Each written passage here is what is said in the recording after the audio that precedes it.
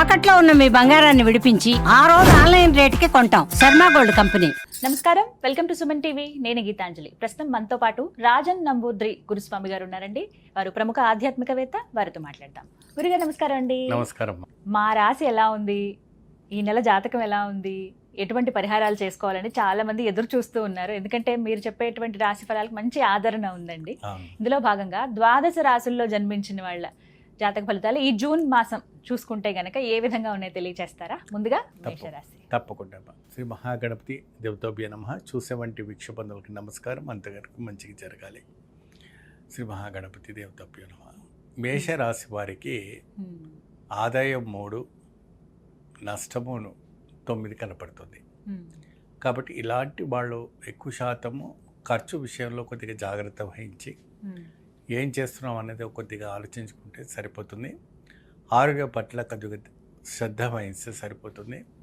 రాజకీయ నాయకులు కానీ, సినీ తారలు కానీ, ఇతర రంగంలో ఉన్న వాళ్ళు కానీ ఎవరైనా కూడాను కొద్దిగా అన్ని విషయాల్లో కొద్దిగా జాగ్రత్త పడితే వస్తుంది.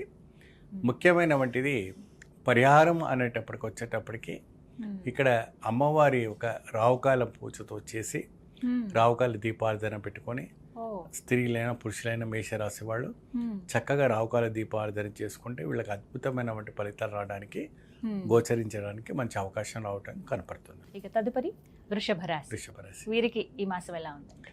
వృషభ రాశి వారికి కూడా నష్టము 9, లాభము 6 కనపడుతుంది. వీరికి కూడాను అనేక రకమైనటువంటి సమస్యలు కోరుకున్నప్పటికీ కొన్ని సమస్యల నుంచి బయటపడడానికి అవకాశం కనపడుతుంది.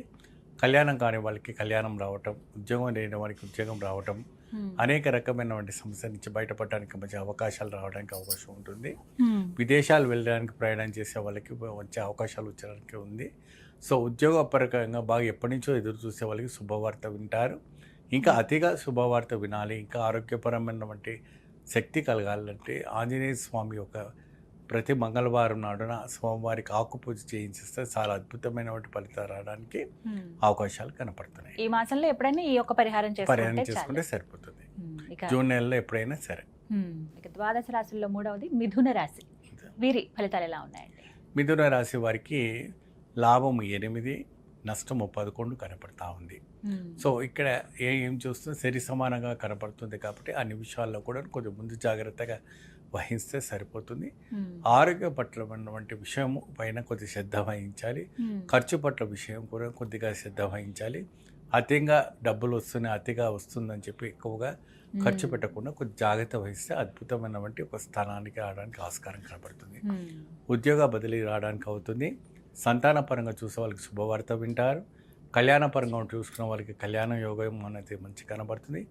ఇంకా మెరుగైనటువంటి పరిస్థితి కనపడాలి, మంచి ఒక అద్భుతమైనటువంటి ఆకర్షితమైనటువంటి శక్తి రావాలంటే శివ నామస్మరణం ప్రతి సోమవారం నాడు స్వామివారికి ఒక రుద్రాభిషేకం చేయించుకుంటే చాలా అద్భుతమైనటువంటి ఫలితాలు లభిస్తాయి. అంటే మాసంలో 4 సార్లు ఎప్పుడైనా కూడా 4 వారాలు కానీ ఎప్పుడైనా 2 వారాలు 3 వారాల పాటుగా స్వామివారికి రుద్రాభిషేకం చేయించుకుంటే చాలా అద్భుతమైనటువంటి ఫలితాలు లభిస్తుంది. తదుపరి కర్కాటక రాశి. వీరి ఫలితాలు ఎలా ఉన్నాయండి? కర్కట రాశి వారికి కూడాను అదే విధానం బట్టి ఒక యోగదాయకం అన్నది ఇక్కడ మనకు గోచరిస్తుంది. వీరికి 5 లాభము 9 నష్టంలాగా కనపడుతుంది. కాబట్టి మానసికమైన ఒత్తిళ్ళు అన్నది ఇక్కడ బాగా మనకు కనపడుతుంది. మానసిక ఒత్తిడి ఉన్నప్పటికీ కొద్దిగా ఎటువంటి ఒత్తిడి అన్నది మనం చెప్పలేము. ఏదో రకమైన ఒత్తిళ్ళు రావడానికి కర్కట రాశి వారికి కనపడుతూ ఉంటుంది. సో వీరంటే కూడా కొద్దిగా జాగ్రత్త వహించి ముందు అడుగు వేస్తే చాలా అద్భుతమైనటువంటి ఫలితాలు రావడానికి గోచరించడానికి ఫలితం లభిస్తుంది. ఉద్యోగపరంగా కూడా మంచి ఫలితం లభిస్తుంటుంది. ఆరోగ్యపరమైనటువంటి విషయాల్లో కొంచెం జాగ్రత్త వహించాలి. ఖర్చు, ఇల్లు కొనుగోళము, వారి వాహనం కొనుగోళం పైన కూడా కొద్దిగా జాగ్రత్త వహిస్తే అద్భుతమైనటువంటి ఫలితాలు రావడానికి ఆస్కారం కనపడుతుంది. వీరు విశేషమైనటువంటి స్వామివారి విష్ణు సహస్రనామాన్ని నిత్యము పఠిస్తే మహా అద్భుతమైనటువంటి ఫలితాలు రావడానికి గోచరిస్తుంది. గురుగారు, మరి సింహరాశి వారి జాతక ఫలితాలు ఎలా ఉన్నాయి? తప్పకుండా. సింహరాశి వారికి ముఖ్యంగా వీళ్ళకి వచ్చేసి మనకి 9 లాభము 8 నష్టము కనపడుతుంది. సో వీరు కొద్దిగా అన్ని విషయాల్లో ముందుగా ఉండడానికి అవకాశం మాత్రం కనపడుతుంది. జూన్ నెలలో అతీతమైనటువంటి ఈ యొక్క కేలనాడి శాస్త్రం ప్రకారంగా కొద్దిగా అద్భుతమైనటువంటి మాసం మనకు కనపడుతుంది. వీళ్ళకి ఇప్పుడు అంతా కూడా కొద్దిగా అనుకూలమైనటువంటి పరిస్థితి రావడానికి ఉంటుంది. సో అన్ని విధాలా కూడా ముందు అడుగు. ఉద్యోగపరమైనటువంటి వాళ్ళకి, కళ్యాణమైన వాళ్ళకి, సంతానపరంగా ఉన్న వాళ్ళకి అనేక రకమైనటువంటి సమస్యల నుంచి బయటపడడానికి అవకాశాలు కనపడుతూ ఉంటుంది. వీళ్ళు ఎక్కువ శాతం స్వాతి నక్షత్రం ఉన్నటువంటి లక్ష్మీ నరసింహస్వామిని ఆరాధించడం వల్ల మంచి లాభదాయకం రావడానికి ఫలితం లభిస్తుంటుంది. ఎప్పుడైనా కూడా ప్రతి నెలలో స్వాతి నక్షత్రం వస్తుంది. ఆ నక్షత్రం రోజు స్వామివారికి విష్ణు సహస్రనామంతో చక్కగా స్వామికి పుష్పం తులసితోనే కానీ బిల్వపత్రితో కానీ స్వామివారికి విశేషమైనటువంటి అర్చన చేయించండి, మంచి ఫలితం లభిస్తుంది. తదుపరి కన్యారాశి. కన్యారాశి వారి ఫలితాలు ఎలా ఉంటాయండి? కన్యారాశి వారికి వచ్చేసి సంఖ్యపరంగా చూసుకుంటే చాలా అద్భుతమైనటువంటి విశేషం అంటే జరుగుతుంది. 5 లాభము 6 నష్టం ఇక్కడ కనపడుతుంది కాబట్టి కొద్దిగా జాగ్రత్త వహించాల్సి వస్తుంది. కొద్దిగా ఖర్చు విషయంలో కొద్దిగా జాగ్రత్త పడాలి. కొద్దిగా మానసికమైన ఒత్తిడులు వస్తుంటాయి. అత్తగారింట్లో పుట్టింట్లో కూడా కొన్నిటి జాగ్రత్త వహించాల్సి వస్తుంది. రెండు జగరకు కూడా మాట మాపు రావడానికి అవకాశం ఉంటుంది కాబట్టి కొద్దిగా అక్కడ చూసుకోవాలి. అదే విధంగా ఉద్యోగపరంగా చూసుకున్నా కూడా పై అధికారి నుంచి ఒత్తిళ్ళు రావడానికి బాగా ఆస్కారం ఉంటుంది. ఇంట్లో కూర్చొని వర్క్ చేసే వాళ్ళకి చాలా ప్రెషర్స్ అనేసి రావడానికి ఉంటుంది. సో అటువంటి ప్రెషర్స్, ఇటువంటి ఒక సమస్య నుంచి అన్నిటి కూడా బయటపడాలి అంటే సంతోషమైనటువంటి కనకదుర్గ ఒక వ్రతము, అమ్మవారి ఒక వ్రతాన్ని ఆచరిస్తే మాత్రం మంచి ఫలితం లభిస్తుంది. ప్రతి మంగళవారం రోజున రావుకాలంలో ప్రత్యేకమైనటువంటి దీపారాధన పెట్టుకొని అమ్మవారి కనకదుర్గమ్మ స్తుతిని ప్రతిస్తే దీపారాధన పెట్టుకుంటే అద్భుత ఫలితం లభిస్తుంది కన్యారాశి వాళ్ళకి. తదుపరి తులారాశి. వీరి జాతక ఫలితాలు ఎలా ఉన్నాయండి? తులారాశికి చెప్పేయమంటే ప్రత్యేకత ఏముంటుందమ్మా, వాళ్ళకి మన మహారాజులు ఎవరిలో ఉంటారు, వాళ్ళకంటే ప్రత్యేకమైనటువంటి చెప్పడానికి ఏముంది. వాళ్ళకి అద్భుతమైన 12 లాభము 9 నష్టము కనపడుతుంది. వాళ్ళకి మహాజాతకం యోగం కనపడుతుంది. అద్భుతమైనటువంటి ఐశ్వర్యదాయకం రావడం కనపడుతుంది. ఇన్నాళ్ళు బాగా కొద్దిగా నష్టపోయినా ఏదైనా విశేషంలో ఏదైనా కొలుగునుకున్నా కూడా ఇప్పుడు ఈ రానున్న జూన్ మాసంలో చాలా అశిష్యమైనటువంటి ఫలితాలు రావడానికి మాత్రం కనపడడానికి అవకాశాలు కనపడుతుంది. వీళ్ళు ఎక్కువ శాతం శ్రీ మహాలక్ష్మీదేవిని ఆరాధించి లక్ష్మీ అష్టోత్తరం, లక్ష్మీ అష్టకం తప్పకుండా పాటిస్తే అద్భుత ఫలితం లభిస్తుంది. ప్రతి శుక్రవారం రోజున లక్ష్మీదేవికి ఎర్రటి మందార పువ్వుని అమ్మవారికి ఆరాధిస్తే చాలా అద్భుత ఫలితం లభిస్తుంది. ఆ మందార పువ్వు ఎక్కడ దొరుకుతుంది అనేది మీకు మార్కెట్లో అయితే వస్తుంది. అది చక్కగా తీసుకొచ్చేసి అమ్మవారికి 108 మాలలుగా చేసి అమ్మవారికి మెడలో వేసి ఆరాధించండి. మంచి శుభ ఫలితం రావడానికి ఆస్కారం కనపడుతుంది. ఇది చక్కటి పరిహారం తులారాశి వారికి. ఇక తదుపరి వృశ్చిక రాశి. వీరి ఫలితాలు ఎలా ఉంటాయండి? వృశ్చిక రాశి వారికి వచ్చేసి సంఖ్యపరంగా చూసుకుంటే చాలా అద్భుతమైనటువంటి గోచరిస్తుంది. వీళ్ళకి కూర్చున్న చోటే ధన ప్రాప్తి కలగడానికి ఆస్కారం కనపడుతుంది. 7 లాభము 9 నష్టం కనపడుతుంది. కూర్చున్న చోటే వీళ్ళకి ధనం రావడానికి ఆస్కారం ఉంటుంది. అదే విధంగా అవమానం కూడాను అదే విధంగా గోచరిస్తుంది కాబట్టి కొద్దిగా జాగ్రత్త వహించవలసి వస్తున్న పరిస్థితి కనపడుతుంది. వీళ్ళు ఎక్కువ శాతము ఆంజనేయ స్వామి యొక్క వ్రతం నియమాలు పాటిస్తే తప్పకుండా మంచి ఫలితం లభిస్తుంది. స్వామివారికి ప్రతి మంగళవారం, శనివారం రోజున జిల్లేడ ఆకుతో స్వామివారికి అర్చన చేసి పూజ చేసుకుంటే చాలా అద్భుత ఫలితం రావడానికి ఆస్కారం కనపడుతుంది. దీని ద్వారా ఈ ఒక వృశ్చిక రాశి వారికి అతీతమైన ఫలితాలు రావడానికి గోచరిస్తుంది. తదుపరి ధనస్సు రాశి. ధనస్సు రాశి వారి జాతక ఫలితాలు ఏ విధంగా ఉంటాయండి? ధనుసు రాశి వారికి కూడాను చాలా చక్కని అద్భుతమైనటువంటిది శుభదాయకం అనేది రావటం అనేది జరుగుతుందమ్మా. వాళ్ళకి ఆలోచన అనేది విపరీతంగా ఉండటం అనేది జరుగుతుంది. ఇక్కడ సంఖ్యపరంగా చూసుకుంటే 9 లాభము 8 నష్టము కనపడుతుంది. ఎక్కువ శాతం ఒత్తిడి, ప్రెషర్స్ అనేది రావడం జరుగుతుంది. బతకస్తం అనేది చాలా కనపడుతుంటుంది. ఆ బతకస్తం తొలగిపోవాలి. అది అనవసరమైన విషయాలు జోక్యం చేసుకోకుండా వాళ్ళ పనిలో వాళ్ళు ఉంటే అద్భుతమైనటువంటి ఒక లైఫ్ ఉంటుంది. సో విశేషమైన వేరే ఏదైనా అన్వాంటెడ్ థింగ్స్లో ఎంటర్ కాకుండా వాళ్ళ వర్క్లో వాళ్ళు ఉండి వాళ్ళ ముందు అడుగు పెడితే చాలా అద్భుతమైనటువంటి ఫలితాలలో మంచి సాగదీయడానికి అద్భుత ఫలితం లభిస్తుంది.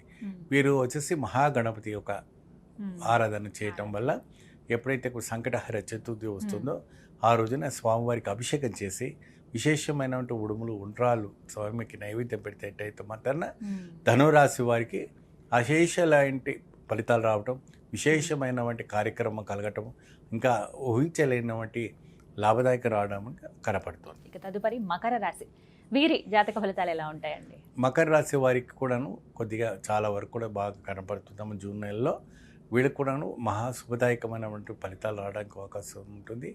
8 లాభము 9 నష్టం ఇక్కడ కనపడుతూ ఉంటుంది. కాబట్టి సంఖ్యాపరంగా చూసుకుంటే చాలా వరకు ఖర్చు విషయంలో కొద్దిగా జాగ్రత్త వహించాలి. మీ హెల్త్ విషయంలో కొద్దిగా జాగ్రత్త చూసుకోవాలి. అనేక రకమైనటువంటి సమస్యల నుంచి బయటపడడానికి అవకాశాలు కనపడుతూ ఉంటుంది.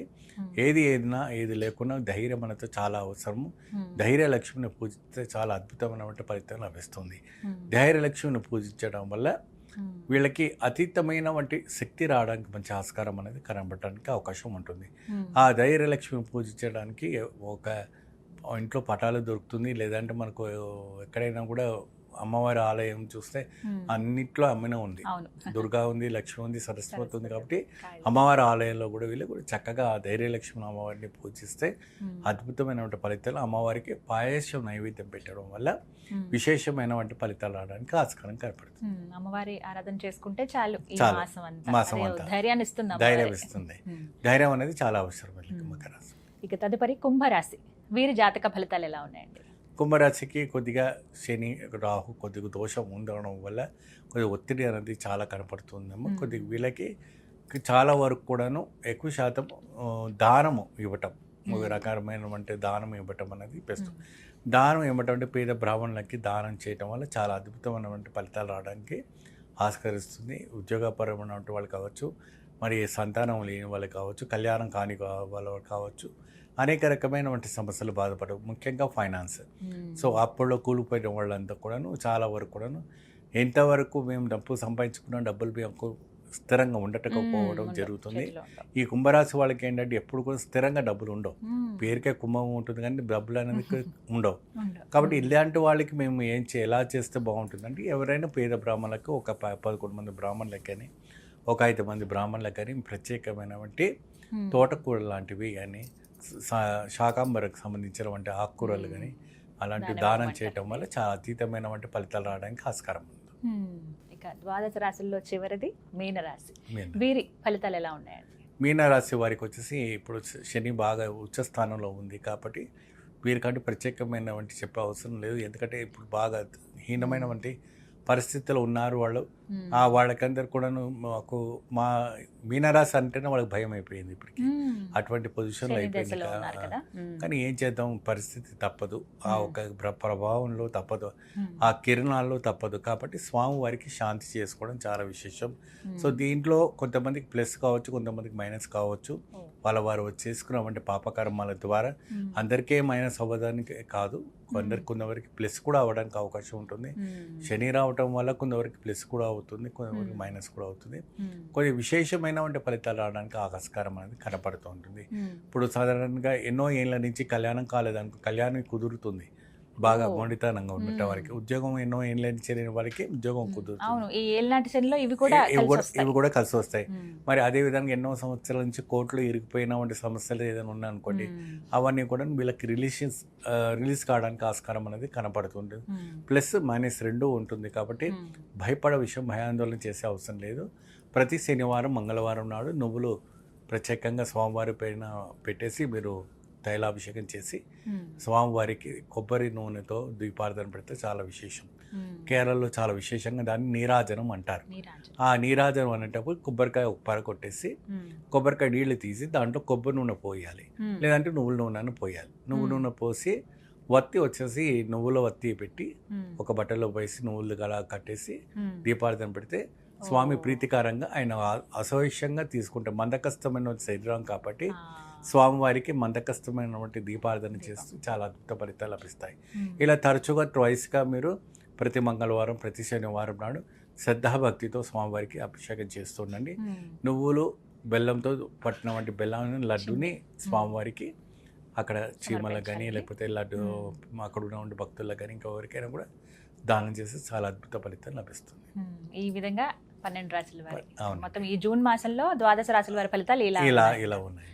చాలా చక్కగా వివరించారు గురుగారు. ధన్యవాదాలండి. నమస్కారం.